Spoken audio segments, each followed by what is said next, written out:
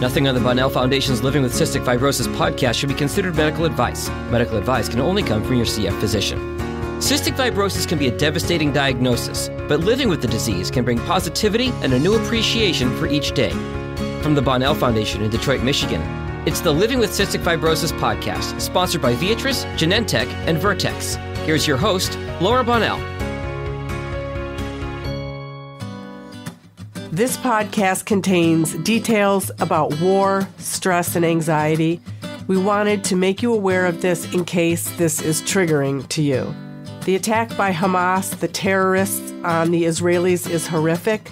The 9 million people there are shattered, they're frightened, and yet resilient despite the atrocity that occurred on October 7th. It's horrific to be targeted simply because you're Jewish, but on top of that, you have a chronic illness and need to continue treatments. Nirit Maizel and her husband, Aviad, are raising 3 children. They have a 14-year-old daughter and 2 boys, 11, and 1 that's almost 8. Nirit and her family live 10 minutes from Tel Aviv. They are in Ramat Hasharon. She is now 43 years old, and she was diagnosed with cystic fibrosis when she was 3 months. I just want to tell you a little bit about her before we get into what it's like to not only live day to day in a war zone, but when you have a rare disease like cystic fibrosis. Nirit has a bachelor in international relations and Asian studies, and she also got her MBA. And she stayed at home to care for her kids and to keep herself healthy. Nirit was just about to go back to school for a 3-year program when the war started. And also, just a couple other things I wanted you to know, that when she was 18 years old, she was a volunteer in the Israeli army. Her family is terrified, as you can imagine, and they have been through this before, which is heartbreaking. Her grandparents survived the Holocaust. But I'm going to tell you, when you hear everything she has to say, you will be inspired by her resilience and by the way that she is getting through this. We're going to do another podcast with her because she had so many things to say, and it's just really important to hear from her about the war and to hear from her about how she is living with cystic fibrosis in a war zone. Nirit, thank you so much for joining us on this podcast to talk during such a horrible time. You're joining us from Israel. The war's obviously going on still. Tell us what it was like on October 7th. What happened? You're 10 minutes from Tel Aviv. Describe your day for us. Hi, Laura. Thank you for having me. So we woke up to sirens at 6:30 in the morning. It was a big shock because it's been quiet here for quite some time. My kids, unfortunately, already know what to do when they hear sirens. So we all just jumped out of bed and ran into the safe room. We fortunately have one in our house, but some people, they need to go to the shelter downstairs, or it depends on how old your building is. But we all ran to the safe room, and we had to wait until we hear some bombs, unfortunately, fall on, or the iron dome stopping it. We have to wait for 10 minutes. And then we got out. Straight away, we opened the news to see what's going on because it wasn't anything expected. But the truth is, at that time, I felt maybe it's a mistake or, we just didn't know what to expect. So after we calmed down, we just went back to sleep for a little bit. And I think I woke up maybe 1 or 2 hours later and turned on the news again just to see what happened. And then we started realizing that something is going on, and it seemed to be worse than usual, but we still didn't know what to expect. We just thought it's okay. Once every few years, unfortunately, we have missiles shot from Gaza to Israel, but we just didn't know that it's going to be anything of that magnitude. And how scary it must be, and how sad that it's so normal for your kids it's great that they know exactly what to do, but still, does that upset you that this is such a normal situation? I think that you can never get used to it, really. And I think as a mother, it breaks my heart every time that anything like that happens. And I try to tell my children, that this is our country and we are strong and we're resilient and we're doing whatever we can to protect our country from these things. And I give them security by telling them, about the Iron Dome, the whole system that we have here to protect us from the missiles. But I cannot deny that the truth is that it breaks my heart every time. I have been experiencing it with my kids when they were babies.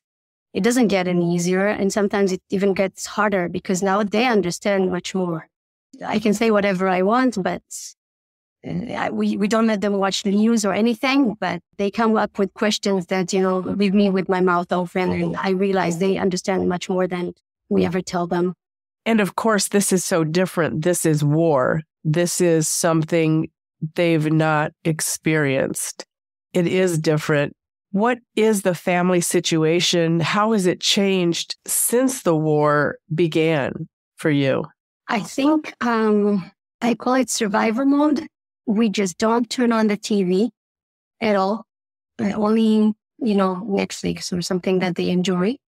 But we do not watch the news with them. We told them not to open some of the older ones have phones. They cannot open any videos sent to them, through WhatsApp or anything like that. We explain, you do not want to see these things. They know, I'm very honest with them. They know what's going on. Even the youngest one was almost 8. They know that there is a war and they know things are happening and we are protecting them and we do whatever we need. And, but I tell them for their own good to just listen and not to watch what they don't need to watch.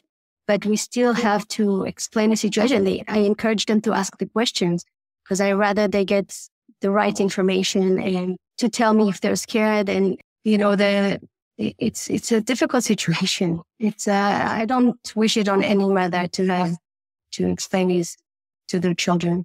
And it's very difficult. It's difficult to just keep your kids off social media, right? And then to keep them off this with some natural curiosity about and fear about what's going on. I think we try to give them the proper information that is age appropriate for them. And we do explain, we do show them, videos that are appropriate for them. And I think it's not even hard because they are scared themselves. They don't want to watch these videos. They are more afraid than us. I tell them not to they just come around to me, Mom, I got a video. I don't want to open it. Is it something I can watch? It's grandma sent me something. They're afraid themselves. They know that this is a way to protect them. I think that when you are in a situation like this, kids have the sense to cooperate with you. Like there's no arguments when I say, okay, we are going to the shelter. Even sometimes we don't hear the sirens. Sometimes we hear the bombs from far away, and I think maybe the sirens don't work well. I say, okay, everybody leave everything, go to the safe room. They just go. There are no arguments, no questions. We can discuss it later. But I think they are also in a very, no matter how young they are, I have stories that my children had experienced things like that at the age of 2. And they just went to the room with no questions asked. It's crazy. But I think when you grow up and you see, kids know when you have to cooperate and to do what mommy tells you. And it's so scary and unbelievable for those of us, millions of us in the U.S. who've never experienced anything like this. I mean, you're being targeted for your religion, and it's terrifying that you and your kids are going through this. How are you doing? What do you do to try and keep sane throughout all of this? I have to say it's very difficult. It's very difficult, and I don't really have an answer. I think we are all in shock now in Israel. It really is something I never imagined could happen here. These stories that are coming to us, they seem like Holocaust stories. Like, I don't even want to shock your audience. I don't know what I can say or not. But the pictures and families being all the family being killed and murdered and babies decapitated. It's just something that I've never heard before in this area. I've never seen such cruelty. I don't know how to keep saying I'm trying my best because I have no choice. I think having a family is making me sane because I have to be for them. I cannot let myself go. When they go to sleep, I can go to cry at home, at bed, but I will do my best not to let them see me like that. And I do try to be strong, even seeing these things. I have no choice. You can say anything. I think there is no reason, and it would be complicit for us, right, if we didn't speak the truth. And hearing the truth from you is really important for so many of us, obviously, that are not even there. I mean, the truth is really important. Everyone needs to learn from it and understand. Did you lose family and friends? And if you did, what are the stories that you have heard? I don't think there is anyone in Israel that this didn't touch. Like, we have so many people around us losing loved ones. We have someone, just a neighbor here, who is a single mom, who was at the party, and she was murdered and left 3 sons. Just here, a few blocks away, 3 boys just left in this world alone. Of course, the whole neighborhood and everyone around, I think, are trying to help, but this is just unbelievable. We have colleagues and people from the kids' school that, they lost their uncle or their sister or it's crazy stories around us that I don't think there is anyone here in Israel that this doesn't personally touch their lives. It's very small. And so many people are kidnapped and murdered. 1,400 are murdered and around 200 were kidnapped, including babies and infants and grandmothers and men and women and children. It's just something that I cannot even tell you. The pictures though, and the people that I know, like a friend of mine, her best friend is kidnapped. And it's just something that I have no words. And how could you have any words? It's so traumatic and so unbelievable. And you have the trauma of it repeating every single day because you're seeing all these people who have lost people. And your neighbor, was at a party or was it at the concert? A concert. I said a party, but it was a concert. It was like a music peace festival. Yeah. Wow. It is so tragic. And I don't know how you get by day.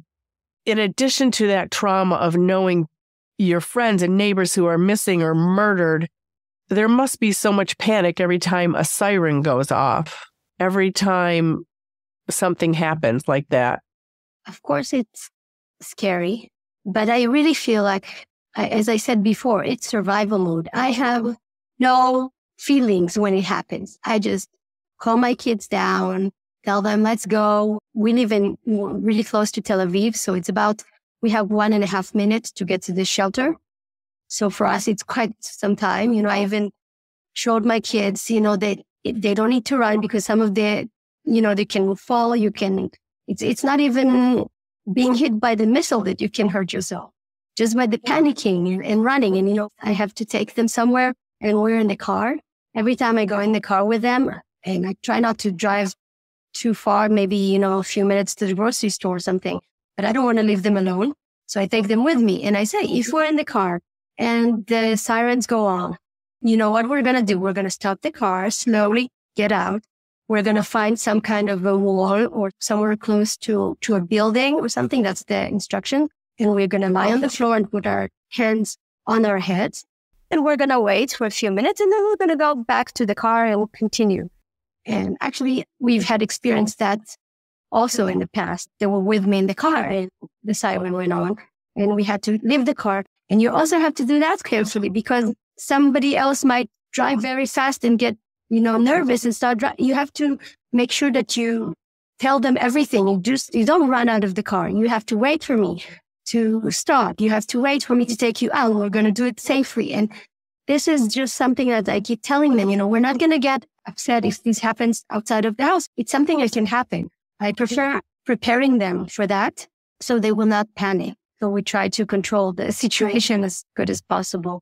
How do your kids and others' kids get along and play during all of this? I mean, do they talk about it? Do you have times where you're just with other parents and neighbors where you're able to sit around and talk about how scared you are or precautions you need to take or exchange information? I think the first few days, we just wouldn't leave the house at all. Nothing. I didn't let my children even outside of the door. There was nothing. Slowly, we understood that we need to continue to live somehow during this time. But we are very calculated. We try to, for example, I try to invite maybe their friends to our house. But, so maybe it's like neighbors that come in and they know that we have a safe room so they can come here. But we try to be somewhere very, very close to a safe room. There is no going to the playground. There's no, going to anywhere that is not safe. In the last 2 days, they started letting the children go to school, but it's only 1 or 2 classes and 2 grades. They don't let everyone go back to school. They have a schedule, so they need the shelter to be able to contain all the children. So they're not even in the classroom. They're all near the shelter in the school, just so they can meet and have some kind of interaction with each other. So I think it's very important for the children, but I have to admit, it's scary. It's scary to say, and we have some patrols like all over, like near them. It's unbelievable. We're trying to let them meet and do what they need to just continue living as children, but the operation around it is very complicated. Absolutely. And it's only because I live in a green zone. You have to understand, I live where it's supposed to be safe. And even though we have sirens and whistles and everything, this is considered more safe than other areas that they cannot go anywhere. It really depends on where you're from in Israel. So I'm just telling about Ramat Hasharon, which is near Tel Aviv. And it's different than in Ashkelon and the south of Israel. And now in the north of Israel, there's also people being evacuated from their houses. And the people who are still there are very restricted with what they can do. And is your husband going to work or is he able to work from home? Like, how does that go? Are the grocery stores, do they still have food?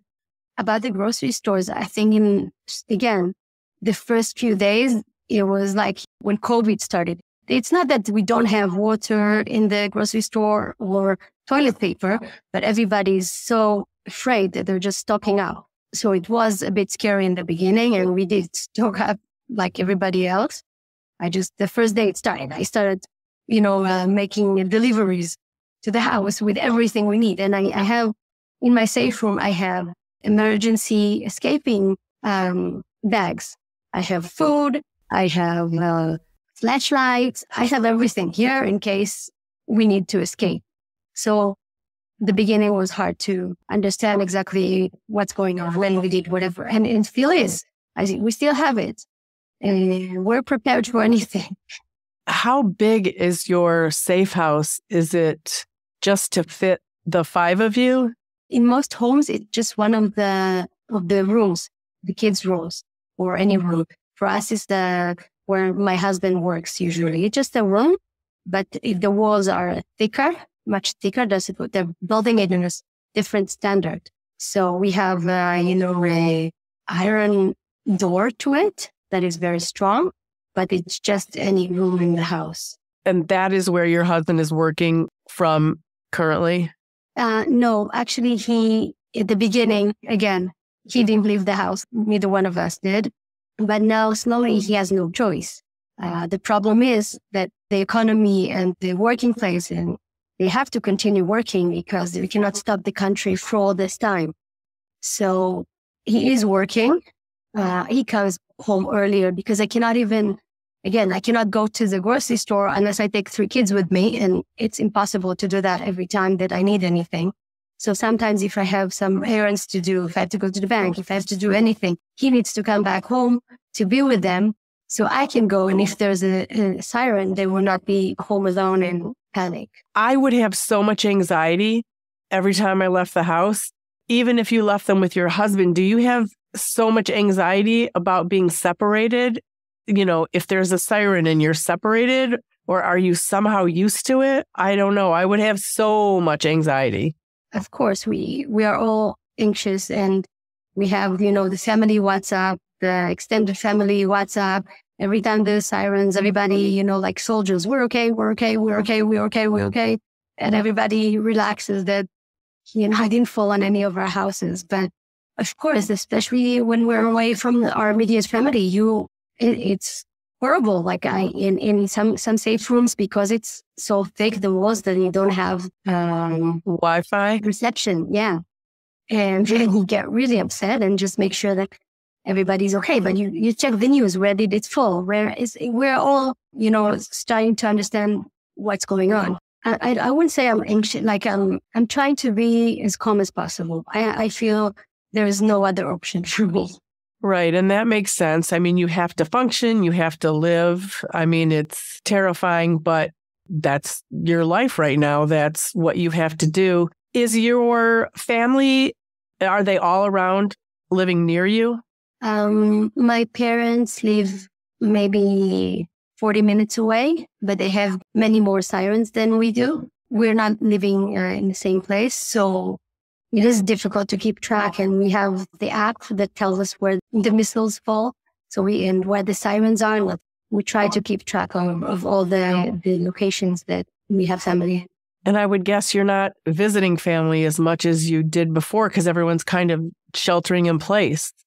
No, we're trying not to drive for too long. And if it's 40 minutes, then it's a bit far for us right now. But they also, if they don't have shelter in their house, my parents don't have a shelter, like a safe room, because their building is a little bit older. So they have to go into the hall of the building because it doesn't have windows, and still it's, I don't know exactly how it goes, but they go to the hall and not to a safe room.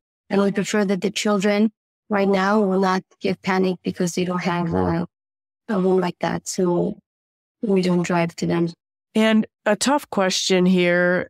Hamas targeted and slaughtered Jews simply because their religion, and the Palestinians, although not targeted solely for their religion, but as a consequence of what's happening in Israel, the loss of life and of people also in Palestine, in Gaza, is horrific as well. Are you able to empathize with all that they're going through as well? Of course I do. I think that every single innocent people's lives lost is horrible. I think that people need to understand that Hamas is not the Palestinians. That's not the same. The Hamas is terrorists, and they are using the Palestinian people as shields. What they're doing to the Palestinians is horrible. It's a complicated situation, but Israel is not in control of Gaza. The Hamas is. And we are just, we are supplying them with things we're trying to help. But the people who are actually taking what we're giving, and what the fuel and the electricity and the water, they're taking, we've seen water pipes that are built in Gaza. They're taking them out to build missiles. Instead of taking care of their people, of the Palestinians, they are actually doing the opposite. If anybody actually understands the situation, they know that Israel is helping and not trying to hurt any innocent Palestinians. And I think that we have to realize that this is something, for example, the Israeli army, before we respond to any of the attacks, we ask the Palestinian people to leave their area. We put flyers, we throw flyers from airplanes. We actually have people making phone calls to Gaza and telling them, please leave this area. You have a Hamas organization in this area that we need to stop. please, if you do not belong to the Hamas, leave. Okay. And I am not saying it's a good situation. I wouldn't wish it on anyone. But if the Hamas decides on purpose to shoot missiles from civilian areas, we cannot stop them any other way. We are trying to protect the civilians, and they're putting them as shield. So I don't know how we can protect ourselves in any other way. And I think it's beautifully said. And I think from mother to mother, from where you are in Israel to a mother who is going through the same thing as you are in Gaza, it's beautifully said that it's about the terrorists, right? It's about what they're doing. So thank you for sharing that, because I think it's really important to hear that. And I am not a Middle East expert, and I wouldn't pretend to be, but these are just people. People are just being slaughtered and murdered. So thank you for sharing that thought. And I want to say one more thing. Yes. It starts with education. Absolutely. We have to educate the Palestinians that they don't, who provides their education are the Hamas. You know, they give them camps. You see those kids, you know, dressed as terrorists, and sometimes they are put in the situation. No kid should be dressed as a shaheed, as someone who's going to kill anyone. So I think if they start to make sure that the Hamas is not the one providing the camps for the children and the education for them, and you start to educate them for pro-peace, then our lives and their lives are going to be different. But as long as the Hamas is controlling them, and as long as they're the ones who have, they get money and they steal it from the Palestinians, the Hamas is stealing the money from the Palestinians. And it's just something I cannot understand. The children everywhere should not have to live like this. I agree. Absolutely. And we're going to make a little transition, because one of the whole reason for this podcast is talking to you about living in a war zone and having cystic fibrosis. You were diagnosed at 3 months old, and kind of tell us about your CF journey, how your parents diagnosed you, and how your CF journey started.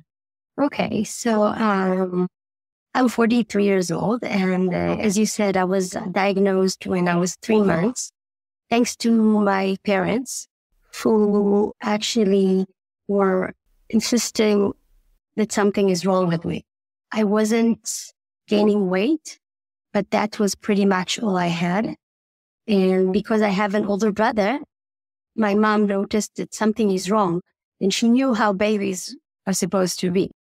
She went and she asked that I will be checked, and she went to professors who told her that she's crazy and that everything is okay with me and she's just being hysterical. Wow. And that happens so much to women. It's mind-blowing. But yes, go on. But so grateful that she insisted, and thank God to some intern who actually suggested to take a sweat test. And there was no doubt from there what I had. And it was really, it was a lot of luck, or I don't know how to call it. But if she didn't insist and if he didn't suggest to do it, I don't know how I would have gone so far. I'm interested because it's Eastern European. I'm Ashkenazi Jewish. Are you Ashkenazi or Sephardic or? No, I'm Ashkenazi. Yeah, I was just curious. You know, it's very interesting how we're all connected and how cystic fibrosis traces back in families to different countries and where we started. Do your mutations, my husband's Irish Catholic, our mutations allowed our daughters to go on a CF modulator. What about you and your mutation? No, I have two identical stop mutation. So unfortunately, not yet. I cannot use the modulators. Well, they're working on it. A lot of people are working on it. My fingers crossed. Right. Emily's entourage, Emily Kramer-Golenkopf, she's working on it. She is doing so much for the final 10% or whatever final amount that is. You know, it could be more. She's amazing. I'm her number one fan. I think she is amazing. Absolutely. I also wondered, how does war in Israel impact your ability to stay healthy and do your treatments and get your medications? Well, this is actually a very important topic, I think. I think that the CF community in Israel is, and like everyone in Israel, of course, is in a very chaotic situation right now. I believe the situation is making it, of course, so much more difficult for us because there are so many things that we need to keep doing and are very difficult. I'll give you just one of the examples. Physiotherapy in Israel is very different, I think, than it is in the States. We do not normally use vets. We have physiotherapists that come to our house and we do treatment together with a tree flow, I think, not a tree flow or a cough assist or something of that sort. But we have the physiotherapists come to us every day. Because of the situation now, even if you were not evacuated from your house, even if you are like me in the center of Israel, many of the physiotherapists are recruited to the army. Some cannot leave their kids. We are all in a situation that all of a sudden, many of us don't even have physiotherapy on a regular basis. So we started thinking about getting vests, but we don't even have them in Israel, I think.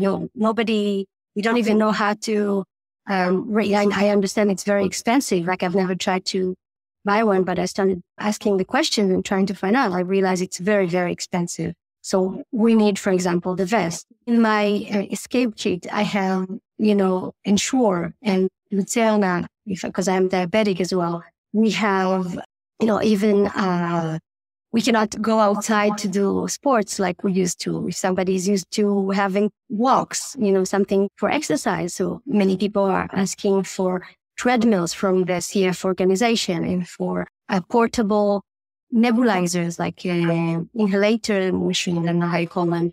Even the medication, the supply chains are damaged now. The first day when it all started, I decided to fill my prescriptions and I called the pharmacy and they said, no, you cannot take, we usually can take for 3 months.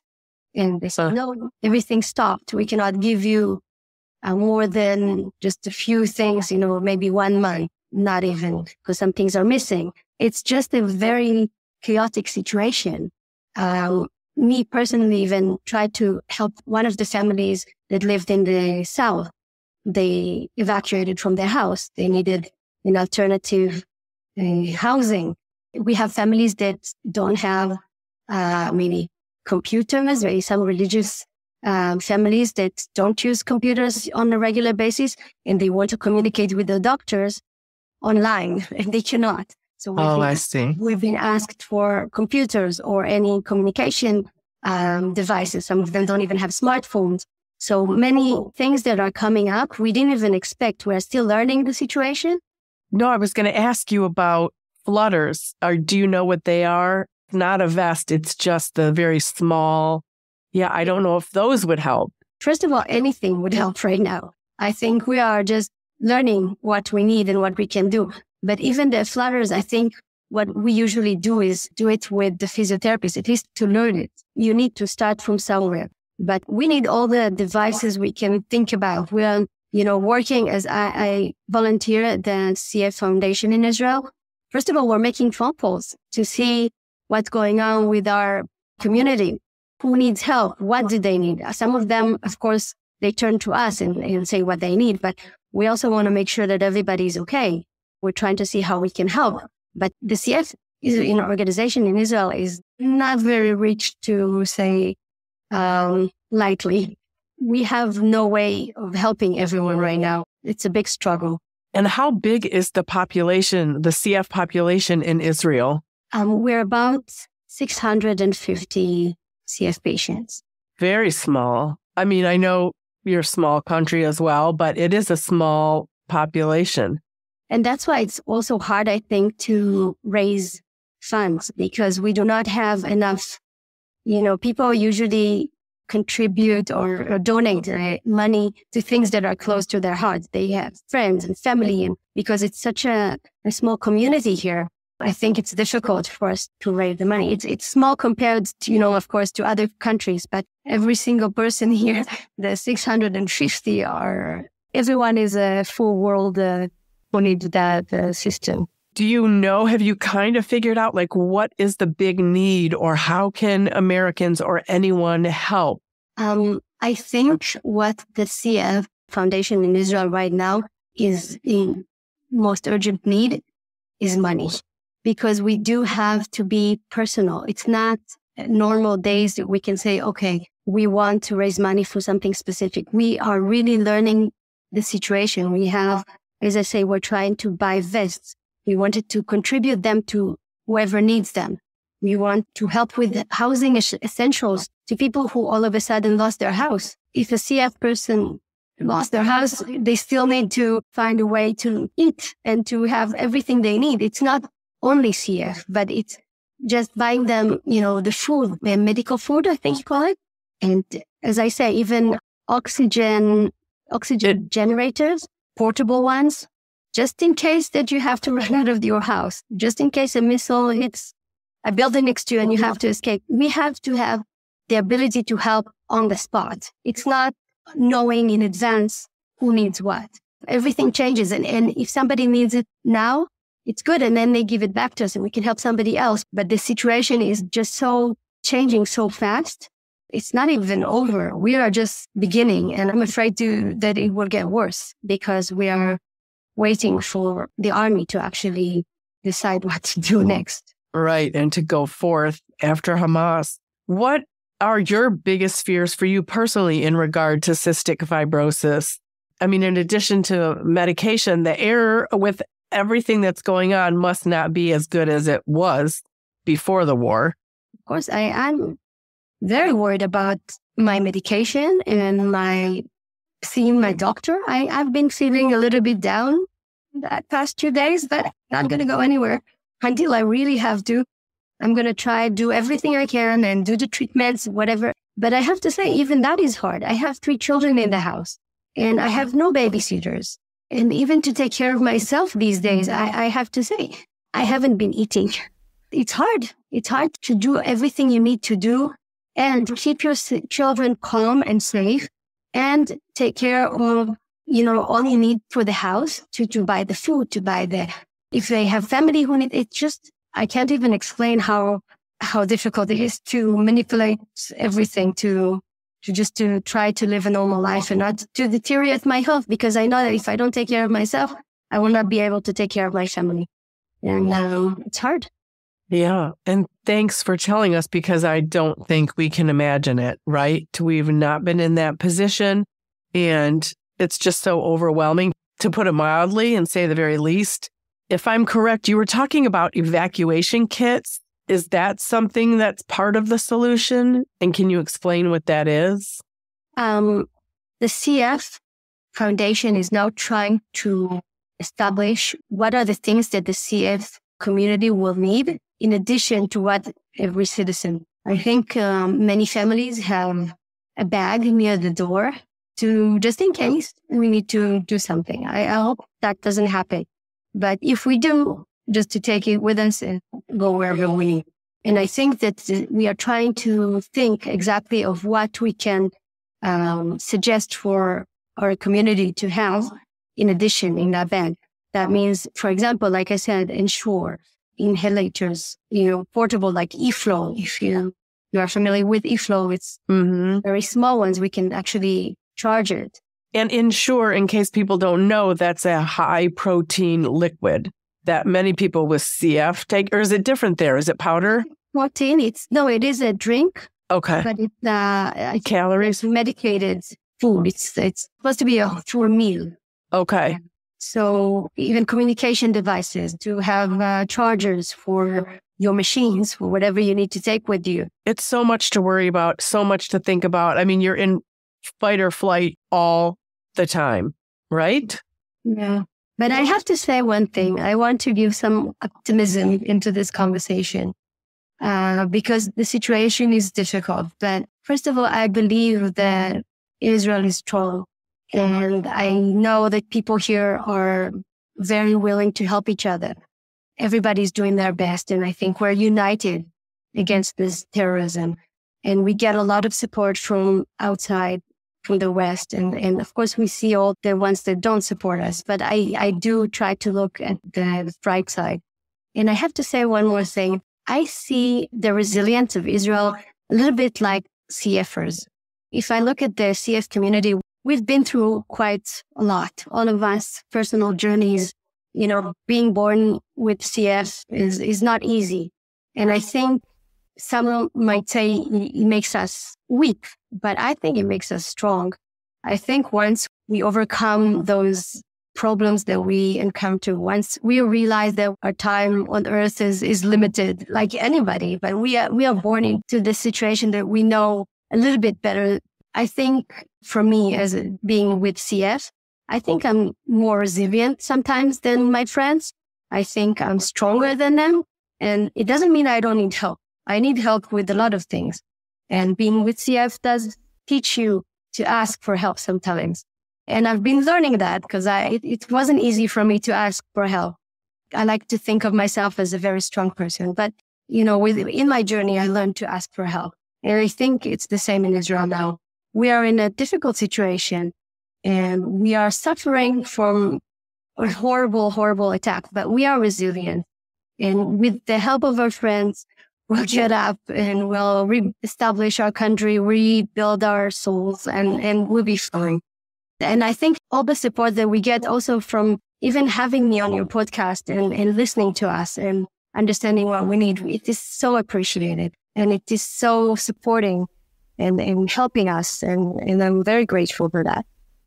Well, I am so grateful for you, and I'm so sorry it has to be during this time.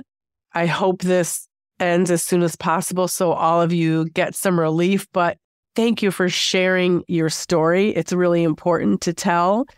You're going through and doing so much, as is your entire family.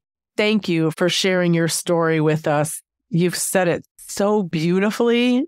And making that comparison to cystic fibrosis, I think people with CF are so strong. I mean, I think you definitely stated that truth. We're all so connected and have the same. And really, people with chronic illnesses, you just have a different life and you kind of get it, and you're not worrying about the small stuff. You're dealing with big things. But yes, it's just been an honor to meet you. And we will put the link. The link is on our website for the CF Foundation in Israel, so people can donate. Thank you so much for having me and for listening. The CF population in Palestine, those CF children are very sick. Dr. Greg Shea, who works in California and works with the CF population in Gaza, is telling me this. He said they have no electricity for their nebulizers, limited food and water, and CF families can't get their enzymes. And like low-income countries, CF families have no pulmozyme, Toby, or genetic modifiers because the government is so poor. So that's going on now. We pray for all the people that are scared and harmed by this war. Since the war began, anti-Semitic incidents, according to the Anti-Defamation League in the United States, have increased 400% since the Hamas massacre. The ADL reports a 1,000% increase in daily and violent messaging. The original music in this podcast is performed by Kevin Allen, who happens to have cystic fibrosis. We all got our worries and fears. I know it's got you frustrated, but loving you is so alright. This has been the Living with Cystic Fibrosis podcast. For more information and to learn more about the Bonnell Foundation, visit our website at thebonnellfoundation.org. That's the BONNELL Foundation.org. This podcast was sponsored by Viatris, Genentech, and Vertex. It was produced by Jag and Detroit Podcasts. Follow our show on Apple Podcasts, Spotify, or wherever you're listening right now.